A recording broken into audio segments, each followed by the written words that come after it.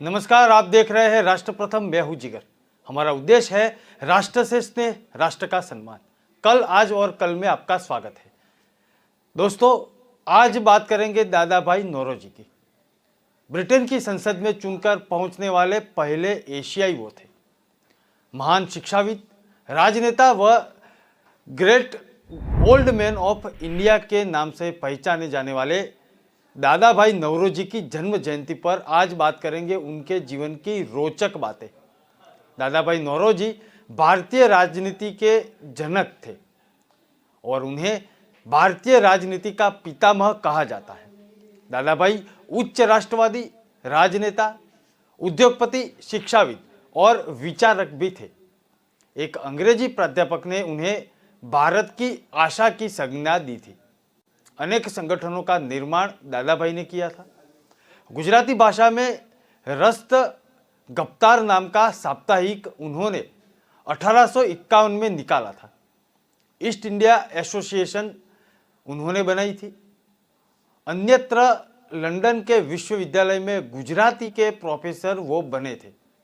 चलिए जानते हैं दादा भाई नौरोजी के बारे में। और दादा भाई नौरोजी कौन थे, क्या था, कहाँ उनका जन्म हुआ था, सब बात आज करेंगे। लेकिन एक ऑडियो डॉक्यूमेंट्री है, वो सुनते हैं। दादा भाई नौरोजी।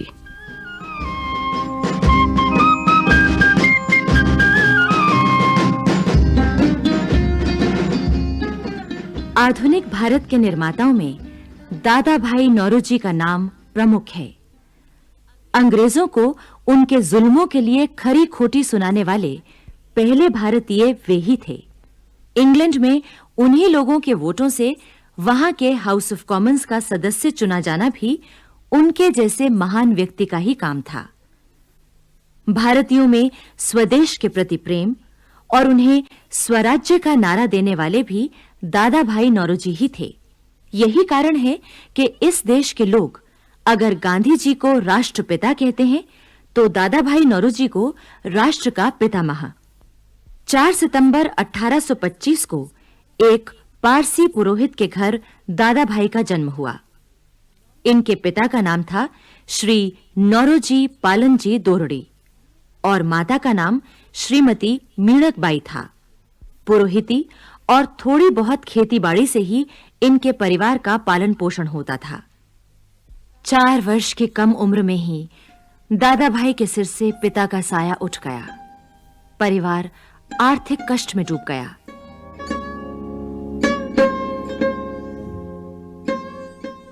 दादा भाई के पिता ये चाहते थे कि उनका बेटा भी बड़ा होकर पारिवारिक पुरोहिताई का काम करे, लेकिन उनकी मां ने उन्हें पुरोहित बनाने की बजाय स्कूल भेजना उचित समझा और उनकी पढ़ाई का खर्च जुटाने के लिए कड़ी मेहनत करने में कोई कसर ना छोड़ी। उन दिनों देश में ईस्ट इंडिया कंपनी का राज था और विदेशी शासन को इसकी कोई चिंता न थी कि भारत के लोग अच्छी शिक्षा प्राप्त करें। बंबई के तत्कालीन governor Shri mount Stuart Elphinstone कुछ भिन्न विचार के थे।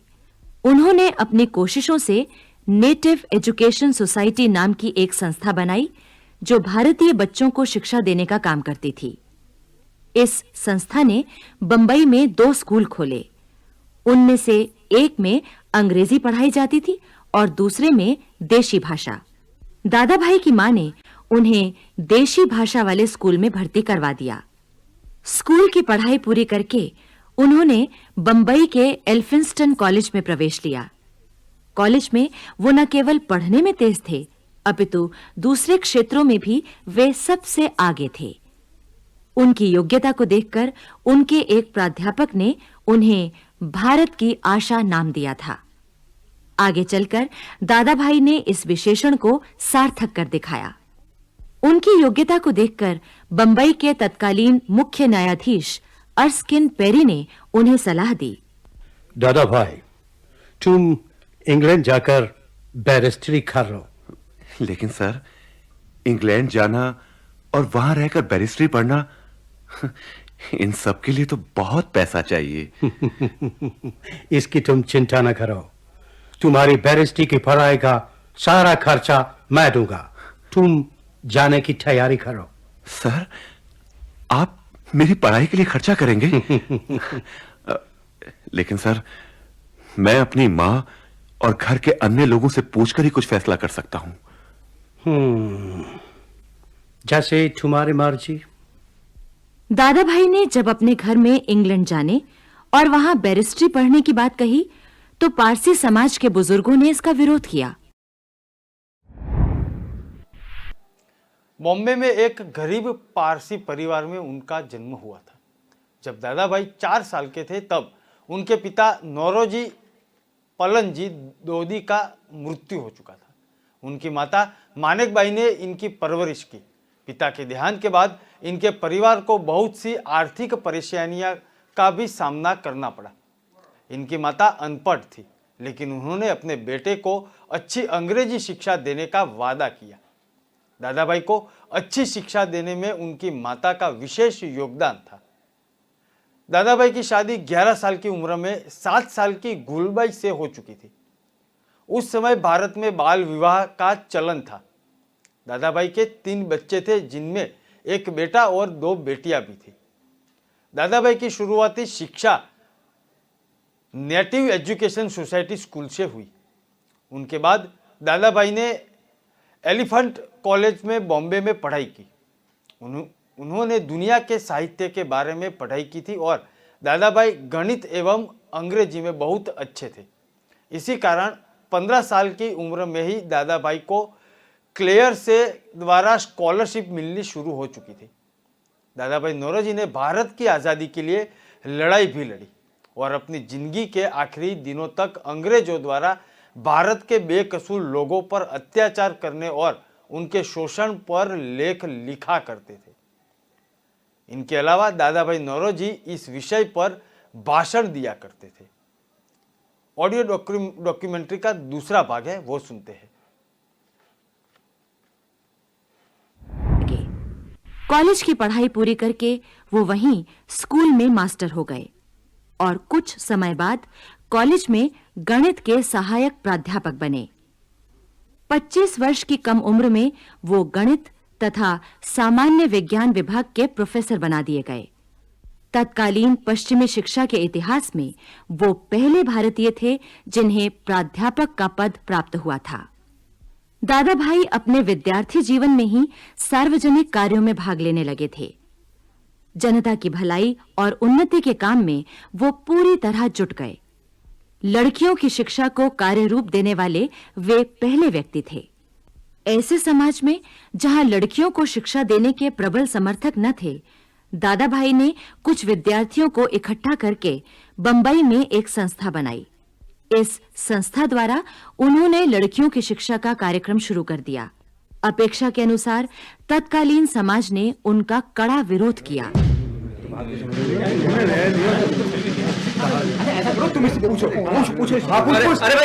अरे भाई कौन हो तुम? ये घर घर जाकर क्या प्रचार कर रहे हो? जी, मैं दादा भाई हूँ। दादा भाई? और हमारी संस्था ये प्रयत्न कर रही है कि लड़कियां स्कूल जाएं और शिक्षा प्राप्त करें। अरे लड़कियां पढ़ेंगी हैं? तुम्हारा दिमाग तो ठीक है? अरे लड़कियां घर से बाहर जाएंगी? अरे ना भाई ना। अरे जाओ कुछ और काम करो। सुनिए सुनिए, आप लोग मेरी बात तो सुनिए। देखिए, लड़कियों का अलग से स्कूल होगा और यदि वो पढ़ लिख जाएंगी तो उनके जीवन में नई रोशनी आएगी। वो परिवार और समाज को बेहतर बनाने में सहायक होंगी। दादा भाई के इस प्रचार का लगातार विरोध होता रहा, किंतु दादा भाई और उनके सहयोगियों ने हिम्मत न हारी। उन्होंने लड़कियों का एक नियमित स्कूल खोल दिया और उनके प्रयत्नों के फलस्वरूप कुछ लड़कियां उस स्कूल में आने भी लगीं। कुछ पढ़े लिखे बुजुर्ग लोग दादा भाई की लगन और ईमानदारी से प्रभावित हुए बिना न रह सके। सरकार का ध्यान इस ओर दिलाया गया और देखते ही देखते बंबई में लड़कियों के कई स्कूल खुल गए।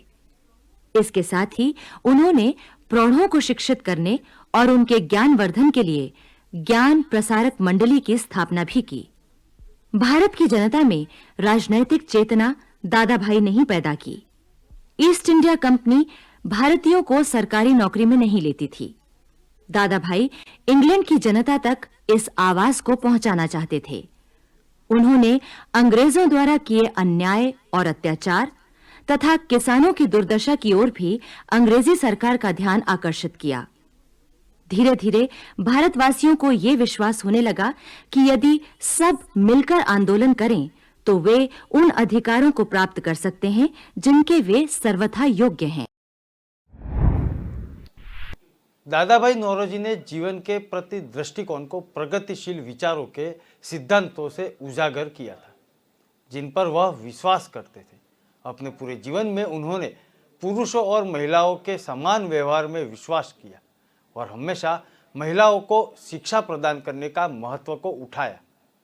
दादा भाई नौरोजी समानता और बंधुत्व के सिद्धांत के कट्टर विश्वासी भी थे। यह जाति आधारित भेदभाव के कई रूपों के खिलाफ थे। उनकी नाराजगी में परिलक्षित होता है जिनके खिलाफ उन्होंने बात की थी। वैधता प्राप्त अंग्रेजों के नस्लीय वर्चस्व के सिद्धांत के प्रचार का भी उन्होंने खंडन किया था। दादा भाई नौरोजी के भीतर बैठे अर्थशास्त्री ने उन्हें ब्रिटिश प्रशासन द्वारा भारत के धन के निकास लूट की बारीकी से विश्लेषण करने की अनुमति दी। दादा भाई नौरोजी के इस विश्लेषण का मुख्य कारण सरकार के विभिन्न रास्तों के कारण उन पर पड़ने प्रभाव के साथ-साथ भारतीय के फायदे को समझाने का और उनके नक्शे बनाने के अपने प्रयास का आधार था। विनिमय की गतिशीलता के एक करीबी अध्ययन के बाद दादा भाई नौरोजी ने 6 प्रमुख सूत्रधार तैयार किए, जिसमें बताया गया कि कैसे भारत में ब्रिटिश प्रशासन अपने आप को सही बताने के लिए पूर्व द्वारा किसी भी उपाय के बिना हमारे धन को लूट रहा था। ऑडियो डॉक्यूमेंट्री देखते हैं, तीसरा भाग है उसका। के साथ देश सेवा का काम भी शुरू कर दिया।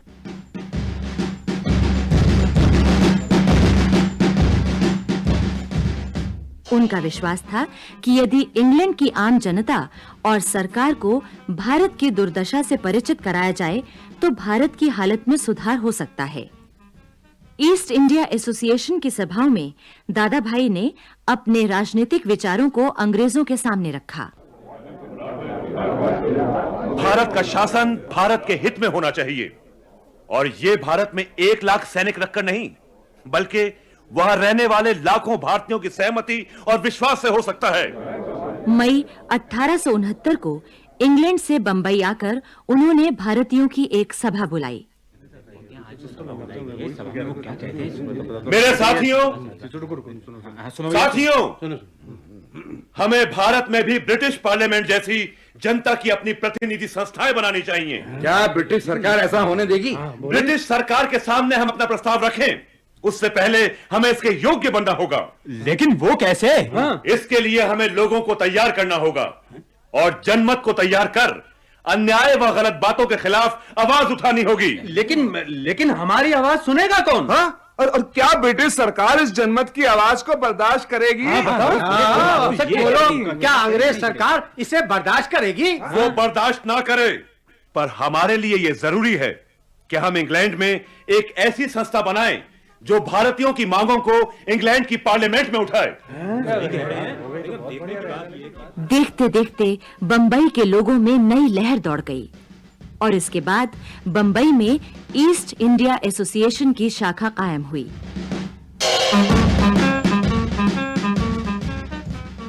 दादा भाई ने सोचा कि यदि इंग्लैंड की लोकसभा में भारत का कोई प्रतिनिधि हो तो भारत की दुर्दशा का हाल वहां की जनता तक पहुंचाया जा सकता है। इसके लिए वे पुनः इंग्लैंड गए और वहां के लोकसभा चुनाव में खड़े हुए, किंतु इसमें वो हार गए। इस हार से वो जरा भी निराश नहीं हुए।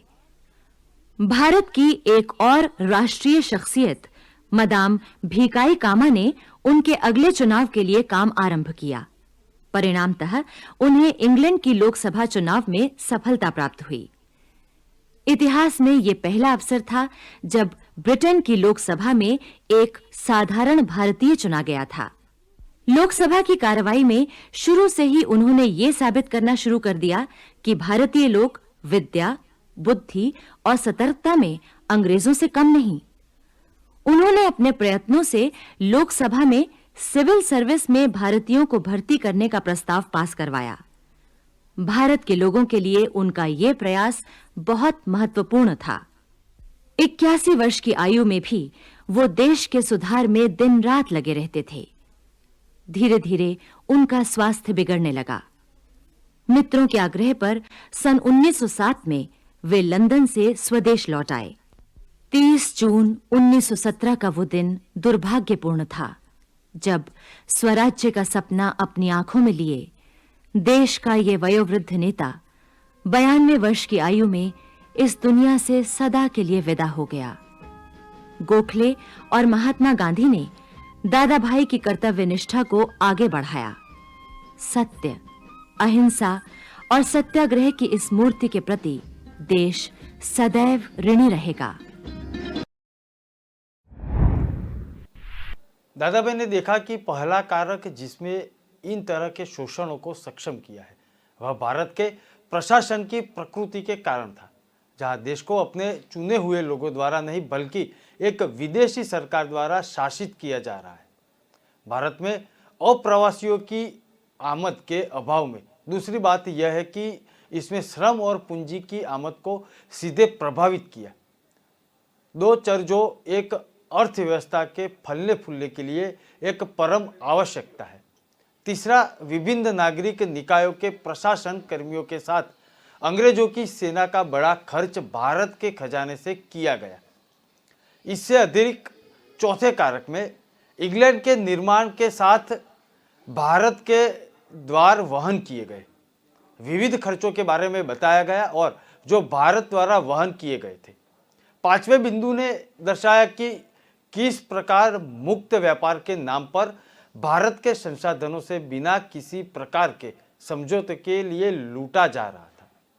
वहां देश के लोगों के लिए अच्छे पैकेज वाली नौकरियां दी जाती थी। इस धन लूटने के अंतिम औचित्य की बात की गई और कैसे भारत के धन की लूट की जा रही थी, क्योंकि अधिकांश आय कमाने वाले स्वयं विदेशी थे और उनके द्वारा अपनी भूमि पर लौटने के कारण पूंजी की जबरदस्त हानि हुई थी। उन्होंने बोला कि प्रशासन भारत के राजस्व की जबरदस्त हानि का प्रमुख कारण था, जो 200 से 300 मिलियन पाउंड को भी प्रतिपूर्ति नहीं किया जा रहा था। दादा भाई नौरोजी ने भारतीय राजनीति में कदम रखा और दृढ़ता से ईस्ट इंडिया कंपनी के लिए निजीकरण का विरोध किया था। इन संबंध में दादा भाई ने ब्रिटिश सरकार को याचिकाएं भी भेजी थी और ब्रिटिश सरकार ने उनकी बात पर नजरअंदाज करते हुए लीज को रिन्यू कर दिया था। दादा भाई नौरोजी का मानना था कि भारत में ब्रिटिश शासन भारतीय लोगों की अज्ञानता की वजह से था। अहमदाबाद के पारसी समुदाय ने एक डॉक्यूमेंट्री दादा भाई नौरोजी के ऊपर बनाई थी। पारसी समुदाय अहमदाबाद में जो डॉक्यूमेंट्री बनाई उसके मेरे पास 3 भाग है। आइए देखते हैं पहला भाग। To become a member of the British Parliament. The first Indian to start an Indian company in Britain. The first Indian to become a professor at the British Elphinstone Institute in Mumbai. The first Indian who exposed British rule by his book, Poverty and Un-British Rule in India. The first Indian who founded East India Association and co-founded Indian National Congress.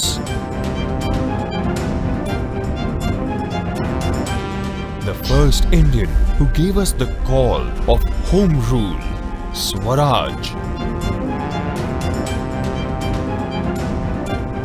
The great leader who was the mentor of Bal Gangadhar Tilak, Gopal Krishna Gokhale and Mohandas Karamchand Gandhi.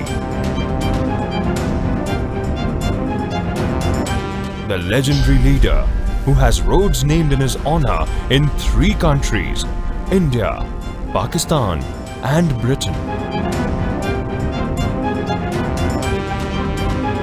a man whom the father of the nation Mahatma Gandhi called the father of the nation, the grand old man of India, Dadabhai Nauroji. Dadabhai Nauroji, the grand old man of Indian nationalism and father of the Indian freedom struggle, was a legend with a multidimensional personality, an intellectual, educator, economist, writer, journalist, businessman, early Indian political leader, member of parliament, social reformer, pioneer in many fields, and above all, a Parsi gentleman.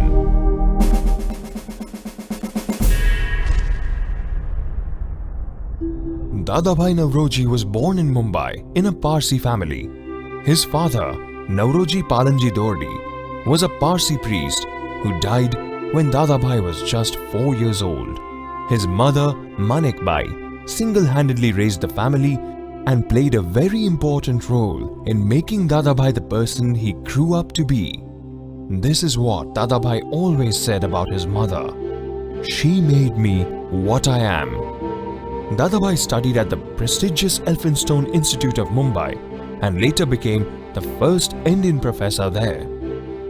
Dadabhai founded Gyan Prasarak Mandali to promote girl education, Ranumai Mazdayasni Sabha to restore the Zoroastrian religion to its past glory, and also founded a fortnightly publication, Rast Goftar, to tell the truth to the common man. Dadabhai left for London and launched the first Indian company in Britain. Later, he became a professor of Gujarati at University College London.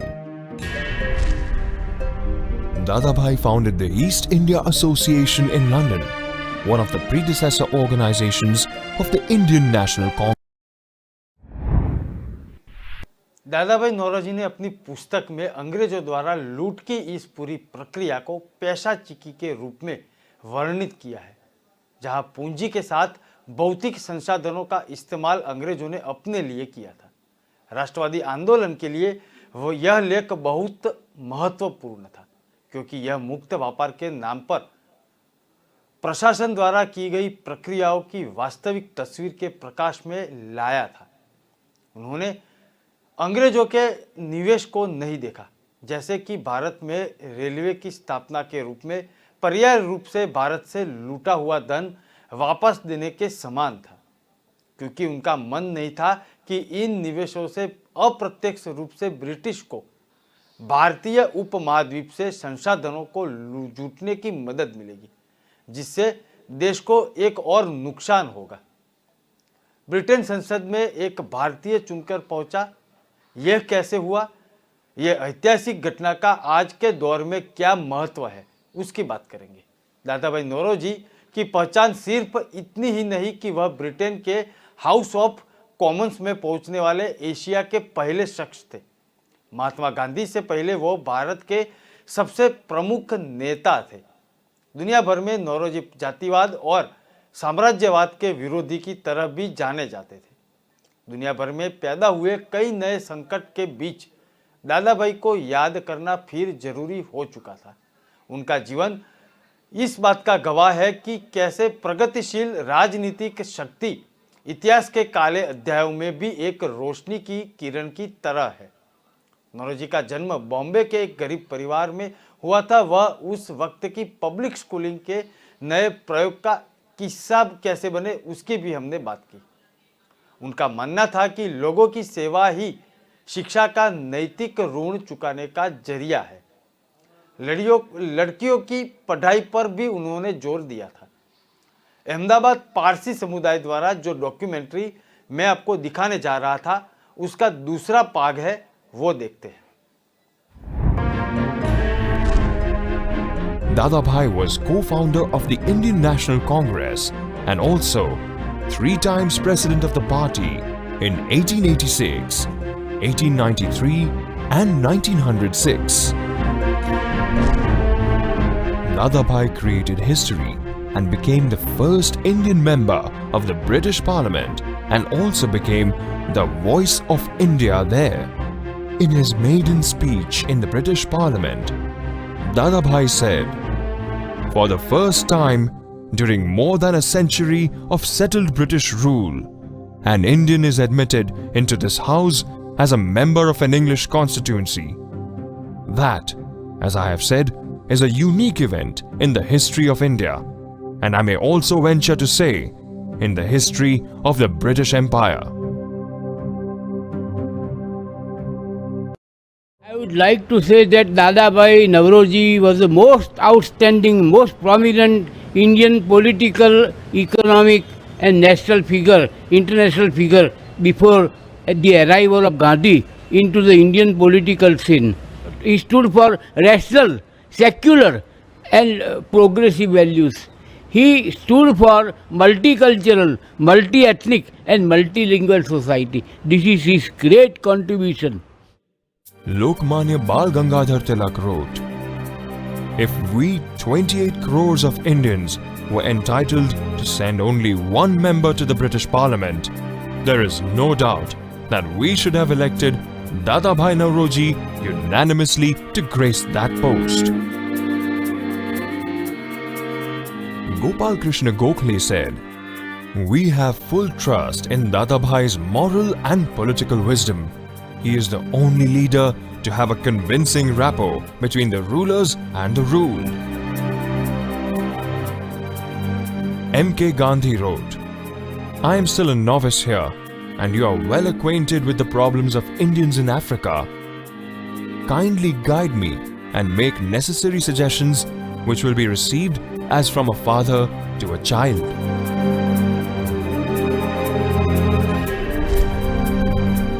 Dadabhai's historical address to Lahore Congress in 1893 was, "Whether I am a Hindu, a Mohammedan, a Parsi, a Christian, or any other creed, I am above all an Indian. Our country is India. Our nationality is Indian." Dadabhai Naoroji wrote another book, Poverty and Un-British Rule in India, to explain his drain of the wealth theory. This created public opinion against British exploitation. Dadabhai was the first leader who gave us the idea of Swaraj in Calcutta Congress in 1900. Dadabhai Naoroji का देश और देशवासियों के प्रति उनका योगदान भुलाया नहीं जा सकता। दादाभाई नौरोजी ने न केवल अपने भारत की आज़ादी की लड़ाई लड़ी, बल्कि ब्रिटिश अधिकारियों के बीच विशेष रूप से ब्रिटिश संसद में संसद के एक आधिकारिक सदस्य के रूप में हस्तक्षेप की महत्वपूर्ण भूमिका भी निभाई। मुंबई में दादाभाई नौरोजी रोड, कराची पाकिस्तान में दादाभाई नौरोजी रोड, केंद्र सरकार के सेवकों की आवासीय कॉलोनी नेरोजी नगर, दक्षिण दिल्ली और लंदन के सेक्शन में नेरोजी स्ट्रीट सहित कई स्थलों और स्थानों पर उनका नाम सम्मान से रखा गया है। दोस्तों, कल फिर मिलेंगे। नमस्कार।